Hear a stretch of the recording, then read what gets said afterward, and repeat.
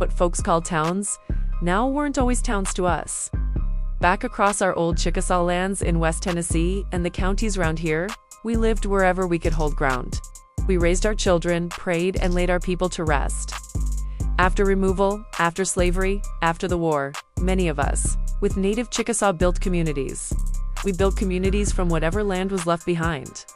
Cabins by the river, farms carved from old plantations, churchyards, railroad stops, labor camps. These were real places, even when the maps acted like we weren't there. After the Civil War, people gathered anywhere there was a little safety. Some came from Union camps, some from abandoned plantations, some to land nobody else wanted. Near Memphis, the Fort Pickering refugee settlement became home for many families. Others settled in river bottoms, low land that flooded. But it was what we could get. First thing you'd see was a brush arbor or a church. Then, maybe a schoolhouse if folks could manage it. Then, a cemetery. Once our dead were buried there, that land was ours, whether anybody else admitted it or not. Memphis offered one way to survive, the countryside another. In the city, Beale Street became a place where Black folks could trade, worship, make music, and stand together. Orange Mound was special because families could actually buy land and keep it. That was rare. Outside the city, most of us farmed. Around Raleigh, Bartlett, Germantown, Arlington, Moscow, Somerville, Needmore, and all those little places. We worked as tenants, sharecroppers, timber cutters, railroad hands, hard work, long days. Most of those settlements didn't even have official names. Folks just called them after a church, a creek, a ridge, or the plantation that used to run things. Later on, railroads came through and renamed places for investors. Post offices needed new names. Real estate men picked words that sounded respectable. Old names tied to Black folks or Native people got pushed aside. A freed people settlement might turn into a station, then later a suburb. Land stayed the same, but the memory got wiped clean.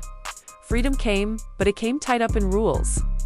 Poll taxes kept folks from voting. Segregation split schools and public spaces.